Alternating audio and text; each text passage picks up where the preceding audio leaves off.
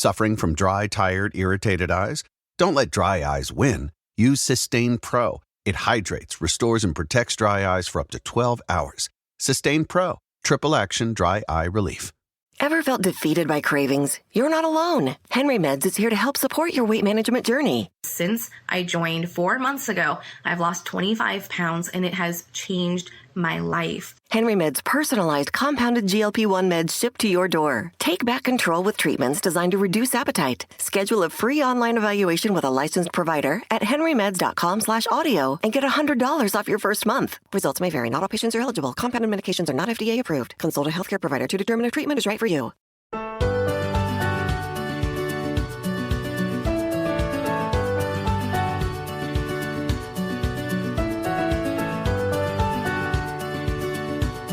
Hey everyone, welcome back to my podcast, Anatomy and Physiology Bit by Bit. This is your host, Dr. Steve Sullivan from Bucks County Community College, just outside of Philadelphia, PA. I'm glad you're back. I want to talk about today's episode first, just to let you know that we are going to be beginning the skeletal system today. We're going to do a few episodes on the skeletal system. We'll start with an overview of the topic of the organ system. Then we'll move into the cells and the tissues of the skeletal system, and then we'll get into bones and joints and all that good stuff. So that's how we're going to take the skeletal system for the next few episodes. It's a pretty big bunch of chapters, typically in a 2-semester A&P book, 3 chapters to cover the skeletal system. So we're going to get at that. But first, I want to go over an email that I got recently since the integumentary system episodes. And this email comes from Julie, and she takes A&P at Ivy Tech Community College of Indiana. So she's in that big Ivy Tech system out there in the Midwest. And her question was, well, actually, let's read her whole email. So it's pretty short. Hi, Dr. Sullivan. Thank you for putting this podcast out there. It's been really helpful. First off, how's your cat? Well, my cat's very good, actually. He's still not put all of his weight back on since having his thyroid gland radiated, but he's getting there. Still begging for food a lot, but he's pretty healthy, and we've been happy with that procedure. So thank you for asking. And then she says, what is keratinization?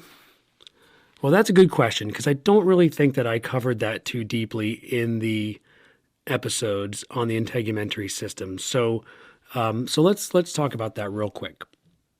So first off, it's important to know what keratin is. Keratin is a fibrous protein, and it is produced by the cells of the epidermis. So the cells of the epidermis synthesize keratin inside the epidermal cells. And then what happens through keratinization is that those cells become filled with the keratin protein filaments. And that causes the cells to die, and they get really hard and rigid and tough, and they become resistant to abrasions and traumas and things like that. And then that keratin actually becomes not only the dry fibrous protein on the surface of your skin, but it also becomes your nails and your hair. And in other animals, it becomes things like feathers and horns and claws and hooves. So that's what keratin ends up being. And keratinization is the production of that keratin by the epidermal cells. So that's a good question. Thank you so much for bringing up that question. Sorry I didn't cover that in the episodes, but hey, better late than never, right? Okay. So thank you so much, Julie from Indiana.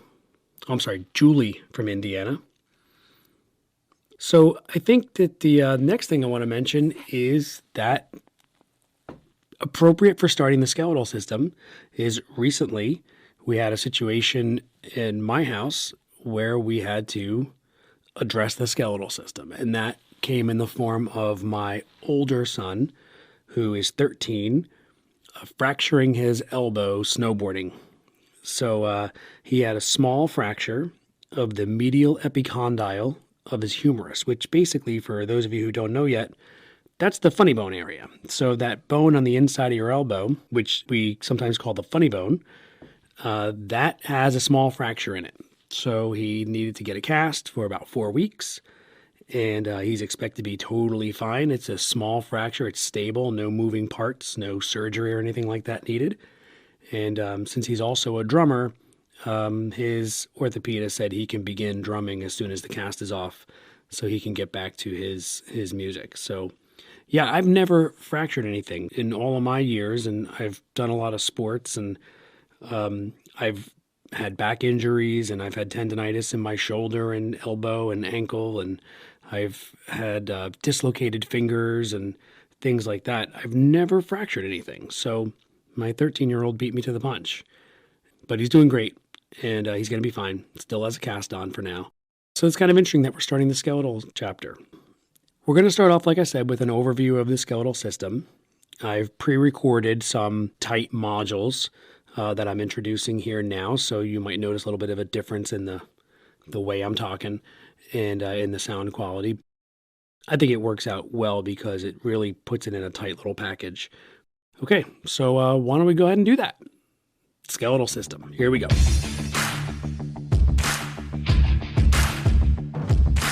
The skeletal system is centered around bones. These bones are made of connective tissue called osseous tissue, and the study of bones is called osteology. So when you see or hear the prefix osteo, you should think of bones. In addition to being responsible for our supportive internal framework, giving our body its shape and holding other tissues like organs, muscles, and teeth in place, the skeletal system has several other functions as well. Let's consider those.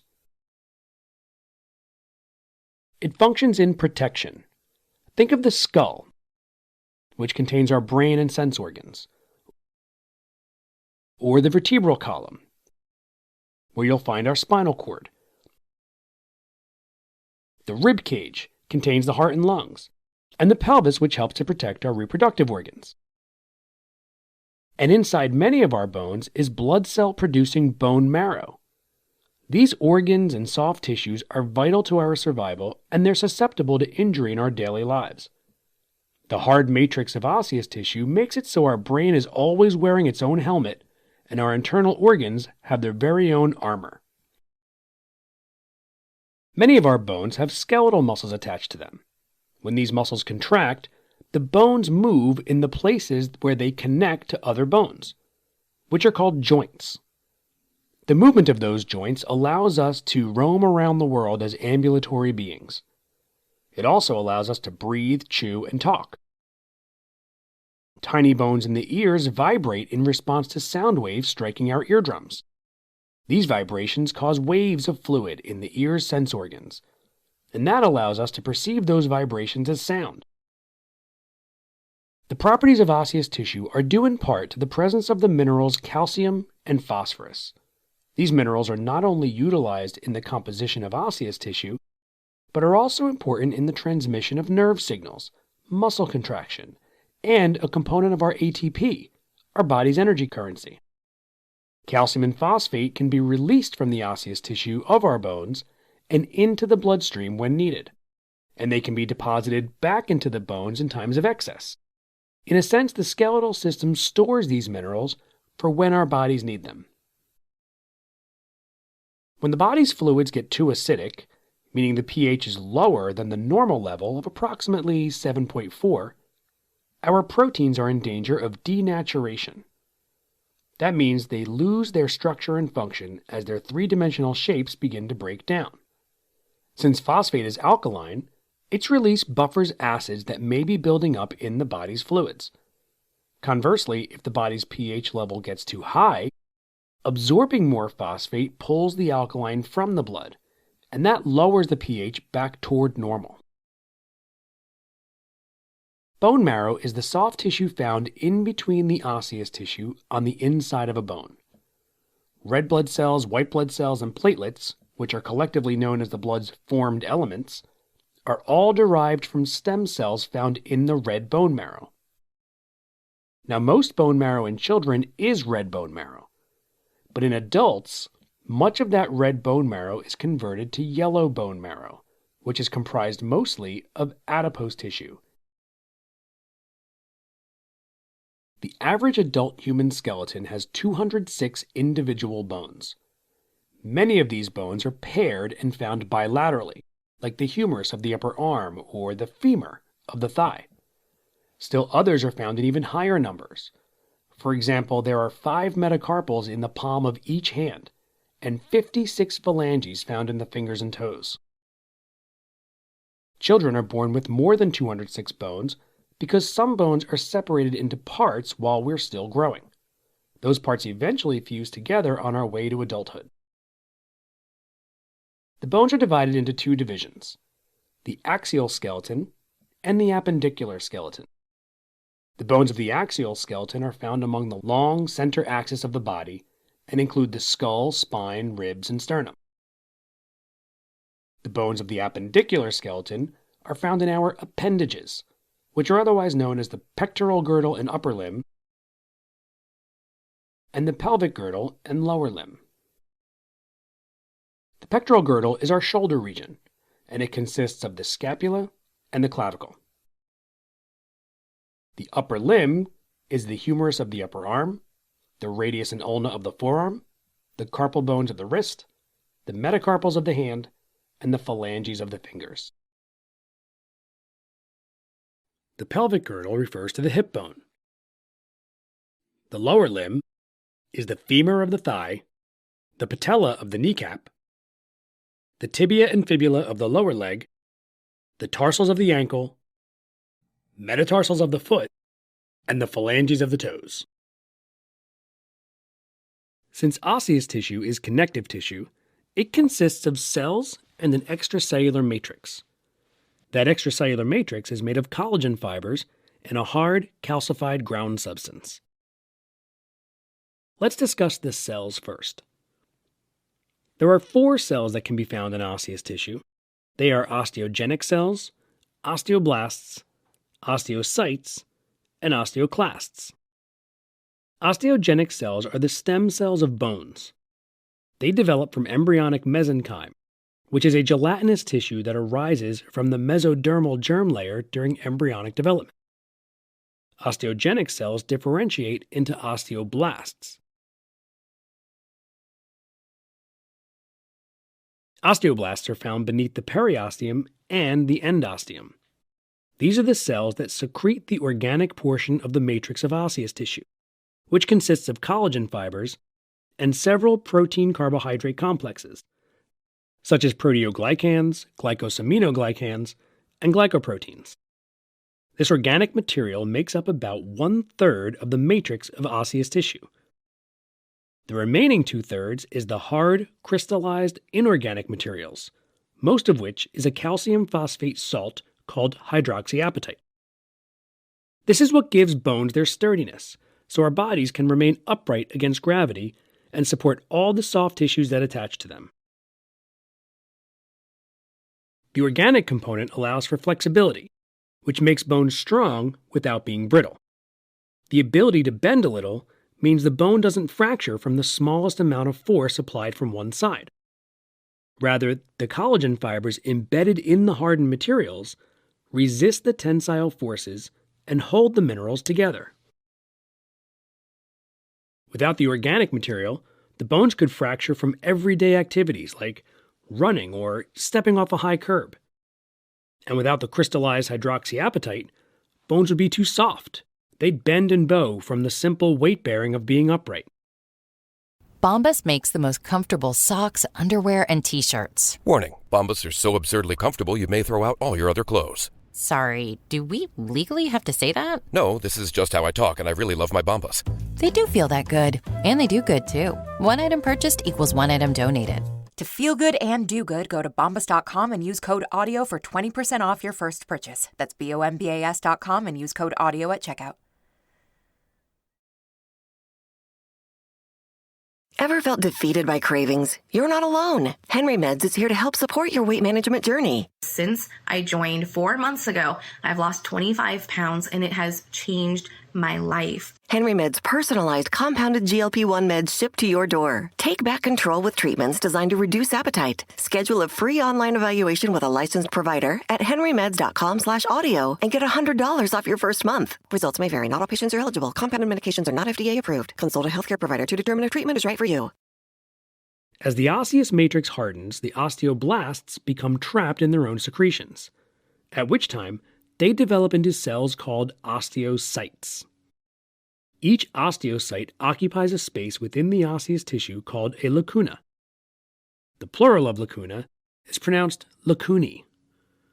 Each lacuna is connected to other lacunae by tiny canals called canaliculi. The osteocytes are the shape of the spaces they occupy, which includes not only the lacuna, but also the canaliculi. Since canaliculi connect lacunae to each other, the cytoplasm of an osteocyte extends into the canaliculi and comes in contact with the cytoplasm of neighboring osteocytes. This relationship allows osteocytes to exchange nutrients, waste products, and chemical messengers with each other via gap junctions in their plasma membranes. The last of these osseous cells we'll discuss are called osteoclasts. Osteoclasts do not arise from osteogenic cells the way osteoblasts and osteocytes do. They develop from the stem cells in the bone marrow that also give rise to our white blood cells. Osteoclasts are much larger than other osseous cells because several stem cells come together to form just one osteoclast. That makes them larger and multinuclear. Osteoclasts are also well equipped with lysosomes, the organelles that contain digestive enzymes for breaking down tissues. These lysosomes contribute to the main function of osteoclasts, which is to resorb osseous matrix. Resorb means it breaks down the bone tissue and releases the minerals from the tissue into the blood's plasma. Osteoclasts are typically found along the bone's surface with a smooth side adjacent to the periosteum and a ruffled border adjacent to the osseous tissue of the bone. This ruffled border, which looks kind of like the business end of a hairbrush, increases the cell's surface area to maximize its capacity for secretion of the digestive enzymes that break down the mineralized bone matrix. Cells of osseous tissue play an important role in the way our bones resist the stress of weight bearing. As we move our skeleton, the flow of cytosol in the osteocytes moves around within the lacunae and canaliculi. This fluid movement stimulates sensors in the osteocytes, causing the release of chemical signals that let the body know what kind of physical stresses are being placed on the bones by our daily activities. In order to remodel the bones so that they can withstand those activities, osteoclasts correctly resorb existing mineralized matrix, and osteoblasts deposit new matrix in a pattern that can do just that. This process is known as Wolff's Law, and it makes our bones as strong as they can be by remodeling the pattern of spongy and compact bone. This is how we respond to weight-bearing activity, and this is why a lack of weight-bearing activity could cause a loss in bone density. Okay, thanks again to Julie from Indiana for your question on the integumentary system, specifically keratinization, the production of keratin, and thank all of you for listening. We are going to get into the difference between compact bone and spongy bone in the next episode, and then we'll also talk about mineral homeostasis and bone remodeling and all kinds of good stuff when it comes to the skeletal system. So I hope you have enjoyed this. I hope you learned something. Good luck on your next A&P exam. I'll talk to you next time. Hey everyone, don't forget to check out my YouTube channel, Student Help for AP. That's student, the number 4, AP. There's lots of tutor videos on there that I think could really help you. And I also have an Instagram account and a Twitter feed with the same name. Please also don't forget to rate this podcast and review it if you possibly can. Anatomy and Physiology Bit by Bit is a production of Minus 55 Media, with a special thanks to Bucks County Community College and my family.